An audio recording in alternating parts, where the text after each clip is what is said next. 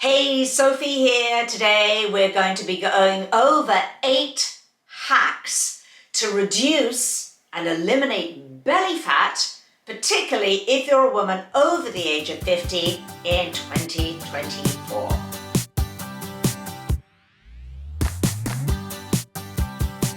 All right, let's just dig straight into this. If you're new to my channel, welcome. I am Sophie Giuliano, and I have been teaching women for many years now through my Gorgeously Green channel to live their best, healthiest, most natural, holistic, and beautiful lives.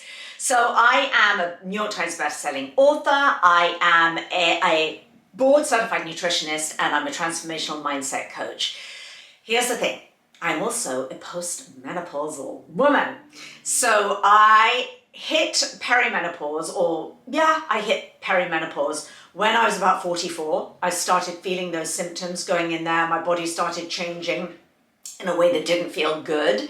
And then I was full on into full menopause when I was about 50. The average age of menopause is 51, so 50 for me. But why I'm telling you this is because I have been through it. And I will tell you that I was sort of dreading what was maybe going to happen, what was ahead of me. But I'm almost 60 now. I'm about to turn 60. And I feel better. I have more energy. I'm in way better shape. And my blood biomarkers are significantly better than when I was 30 years old. And I'm really passionate about this because I follow the evidence-based science as a researcher and a board certified nutritionist, and this is what I have the sort of pleasure and joy and passion to share with you. So that being said, let's jump in to these 8 hacks. Not a massive fan of the word hacks because it implies that it's some sort of quick fix that you can do to sort of hack into it. So they're not really, none of them are quick fixes. I'm going to be really candid about that. But nonetheless, you know, we all like a hack and we like to think, okay, let's just, it's almost like my interpretation of a hack is let's get straight to the point, right? So let's get straight to the point, hack. Number 1. So number 1, and all of these get straight to the point are very much true if you are in your 50s, 60s, early 70s, but particularly if you're a woman in your 50s and 60s. So number 1 is get the right amount of protein. Consume the right amount of protein every single day. Now, when I say the right amount of protein, you do not want too much protein. You do not, and I'm going to repeat that again, you do not. It's a fascinating study, which I'm going to link to in the description, showing that too much protein can actually be very deleterious for your health as you get older. You do not want too much, but you don't want too little either, because as menopausal and postmenopausal women, we want to make sure that we're maintaining and actually building beautiful lean muscle mass. So you need the right amount. So what is the right amount? Well, there isn't a one size fits all. Unfortunately, I can't just give a blanket statement and say every single person needs 60 grams of protein every single day.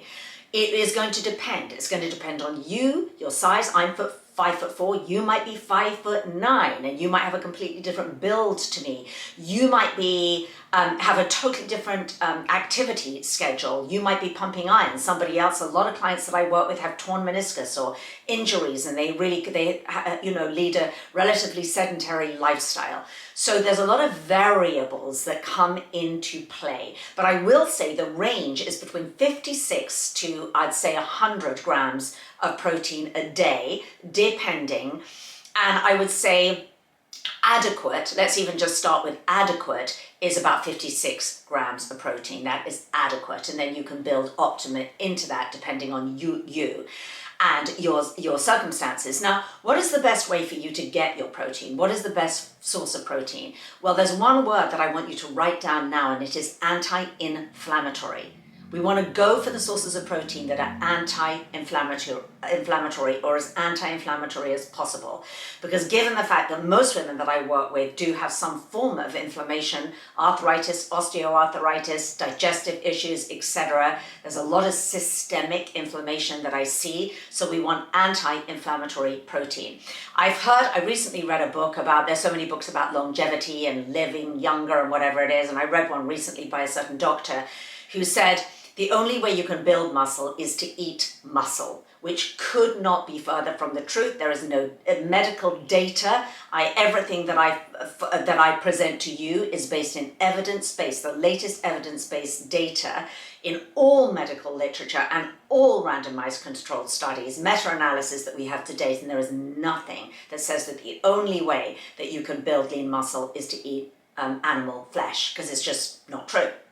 And so what we want to go is, well, what is the best way? You know, there's best and there's better and then there's best. But if we're looking at best way, anti-inflammatory sources of protein, we want to look to the plant kingdom. We want to look to plant-based sources of protein, because really what you want to look at is where are you going to get the most return on your investment. So if the investment is that you're eating, let's just say, I don't know, 600 calories and looking to get a lot of protein from those 600 calories, well, you could eat animal flesh, which could also, even if it's lean chicken or salmon or whatever, a lot of people who are dieting are used to eating, nowadays those particular foods are very high, alarmingly high in fat, saturated fat and cholesterol.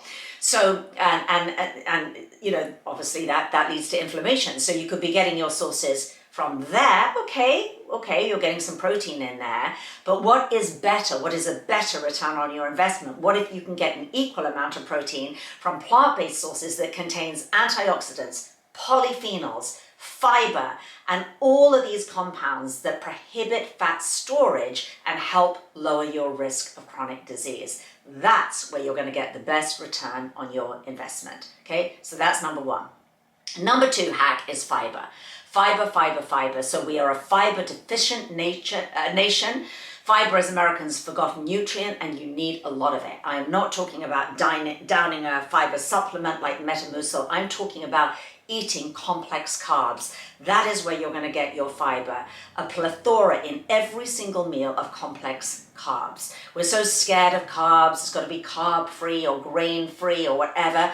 But honestly, you're doing yourself a massive, massive disservice. The women I help, and I help hundreds of women to release their weight, to release their belly fat, all of them, the mainstay of every single plate is a complex carb. They eat tons of really whole, intact, complex carbs.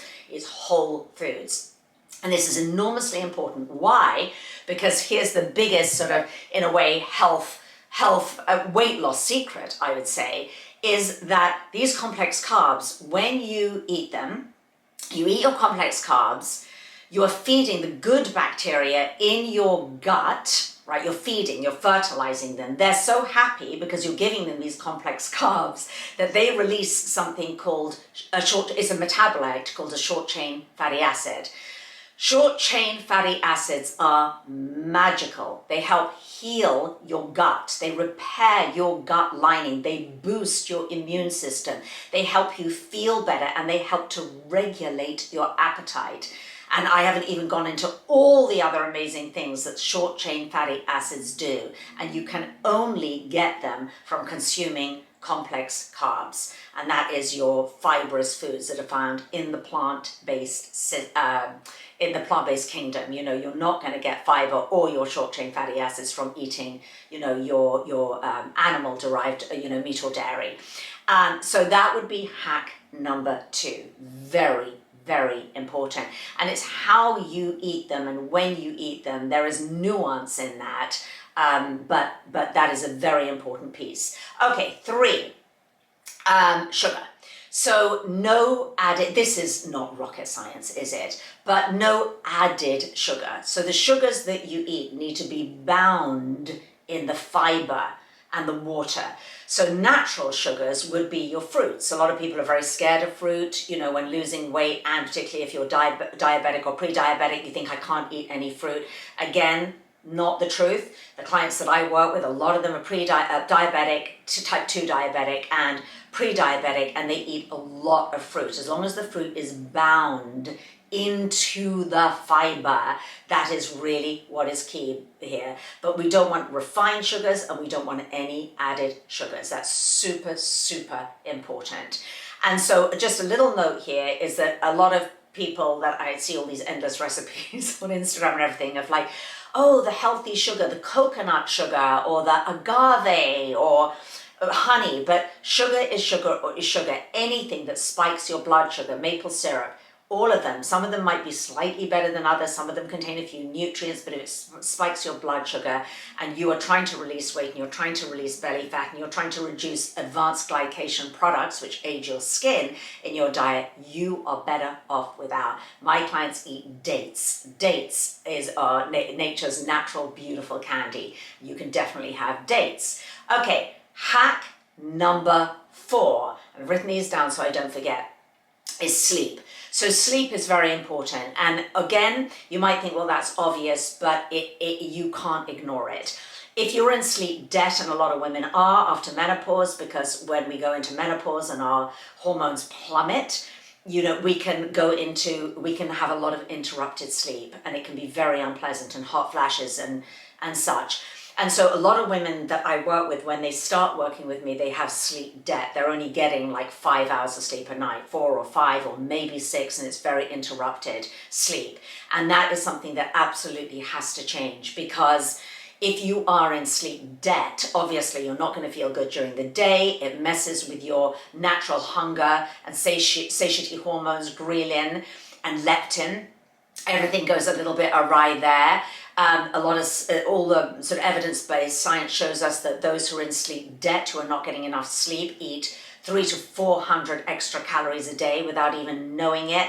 And those calories that they are eating are high caloric calories, because your body is craving that high caloric food, and it's often very ultra processed food that you're craving. It's no fault of yours. You're just simply not getting enough sleep. So we really have to look at that. We have to work on that. We have to look at your circadian rhythms throughout the day. It's not as simple as just popping a melatonin supplement or something like that. When you're working on sleep in the way that I work with my clients, it starts in the morning, actually, because how you start your morning and getting light in the eye, daylight in the eye as soon as you wake up, that sets your melatonin clock for the rest of the day. So there's a lot that goes into really adjusting your habits and your light habits and your movement habits and your circadian rhythms throughout the day to support you in getting a better night's sleep. But if you are in sleep debt, it is going to be really, really tough for you to shift, long term, to shift that belly fat. And that's just a thing. All right, so I think that was number 4. Number 5, are we on 1, 2, 3, 4? Yeah, we're on number 5, is fasting. So fasting is important. And, naturally fasting, we don't have to force fasting. We don't have to do these crazy tiny eating windows of intermittent fasting. There is a better way of intermittent fasting, and that's going to be eating, the majority of your calories earlier in the day. I say to my clients about a 12 to 16 hour overnight fast is really what we're looking at. The sweet spot would probably be 14 hours. And the other little thing that I want to throw in here about fasting, because I don't want to make this video too long, is doing a 24-hour fast, a water fast. And that's what I have my clients do every now and again at a certain sort of stage. We've got to sort of get things really dialed in first, make sure it's safe for them, that it's right for them. But weekly 24-hour water fasts can be really, really helpful. I do not recommend that you do any more than a 24-hour fast without medical supervision. No more. A lot of women are like, I'm going to do this big 3-day water fast. Do not do it unless you are medically supervised. That's really important, to be safe. Okay, that was number 5. Number 6 is resistance training. So, you will not age well I talk a lot about age-proofing your body, and honestly, the truth is that if you put all your focus on age-proofing your body instead of losing weight or losing belly fat, the marvelous secondary benefit is that you will lose your belly fat, certainly in the way that I lay it down. So the evidence-based data that I lay down for age-proofing your brain, your breasts, your heart, your digestive system, your bones, and your muscles, if you follow that, if you have your entire focus on what are the best practices for age-proofing, so I can get better as I get older, be a super ager. You know, there's this term now, super agers, men and women who live and they have the body and brains of people who are 30 years younger than them. That's what I really want you to focus on. And part of that is maintaining really strong, powerful muscles as you get older. There is strength and there is power. They're two slightly different things. You need both.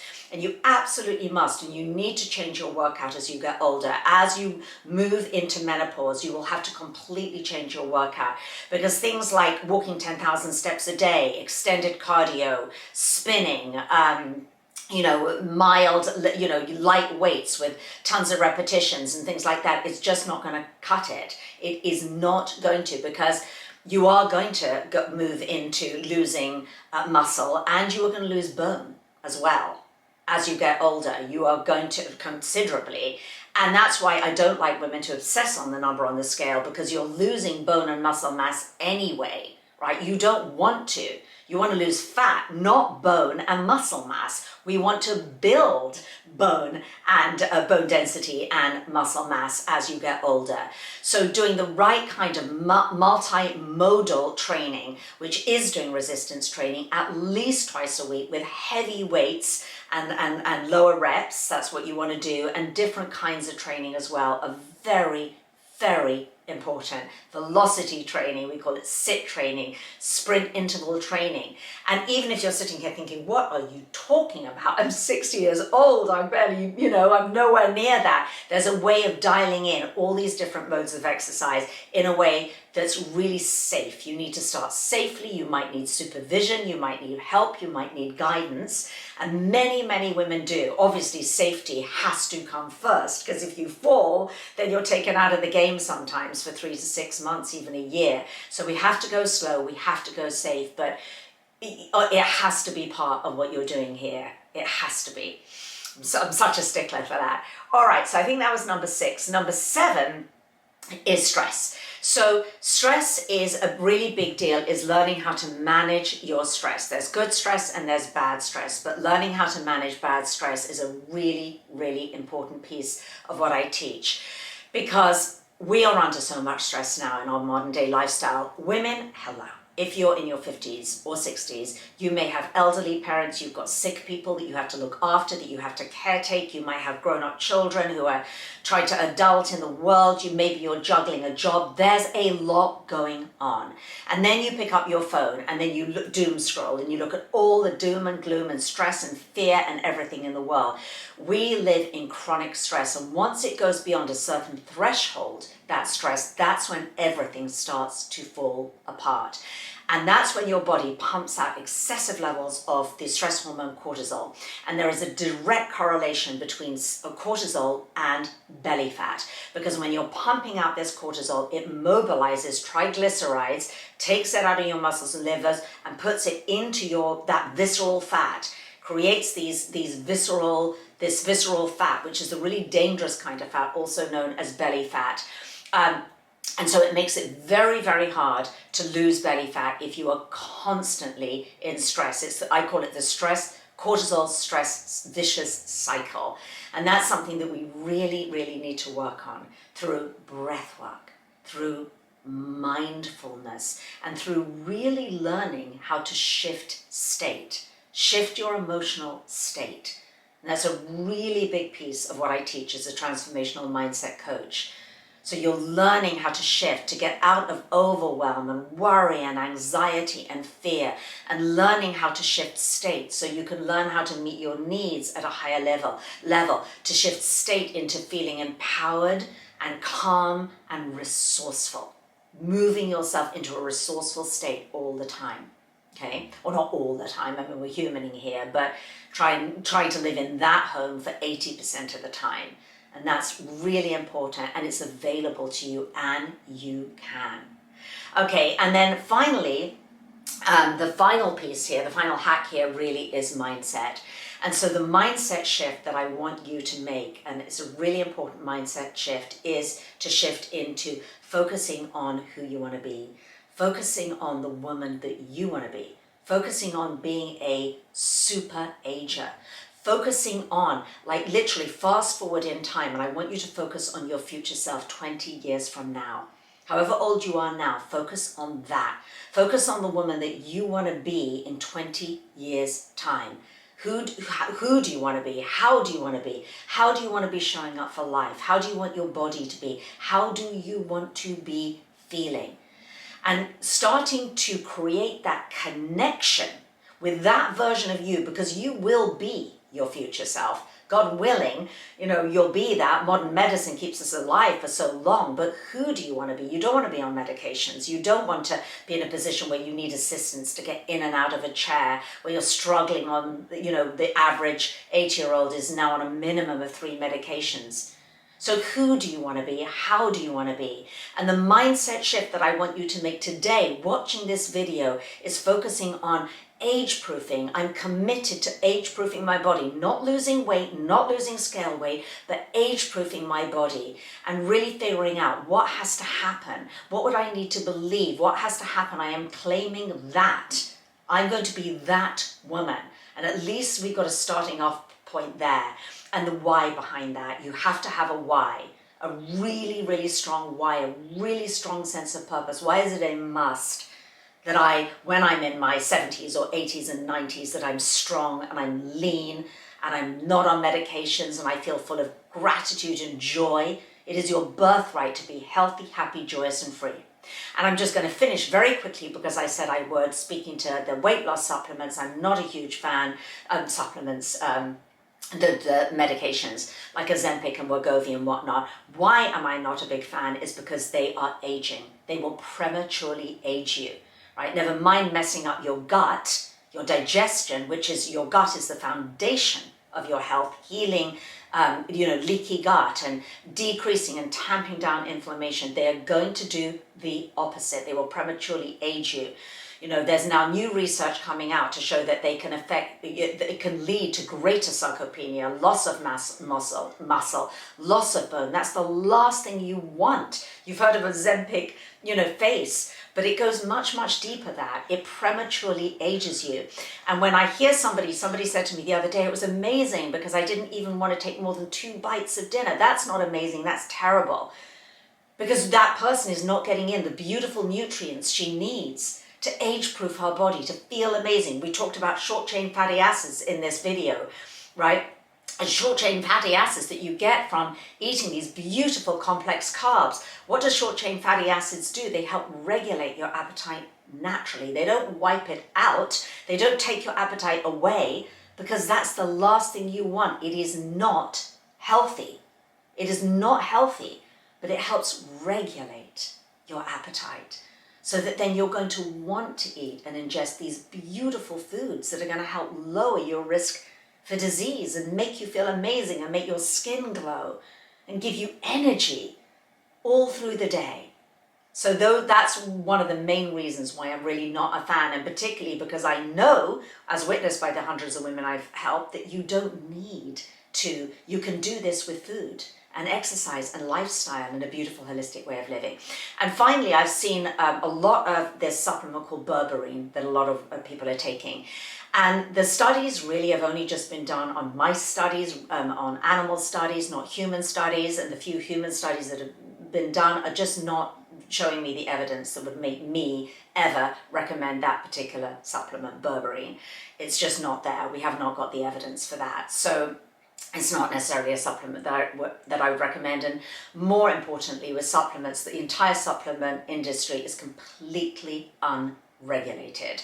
And there are so few supplements that actually have efficacy. And even if they do have efficacy, you don't know that the supplement you're taking really has in it what it says it has in it. So you have to be very, very, very careful and very circumspect with the supplements you take. All right? My book is always food first. Let's get as much as we can from food, all of our micronutrients, and there are a few supplements that you will need to take, particularly if you're a woman over the age of 50.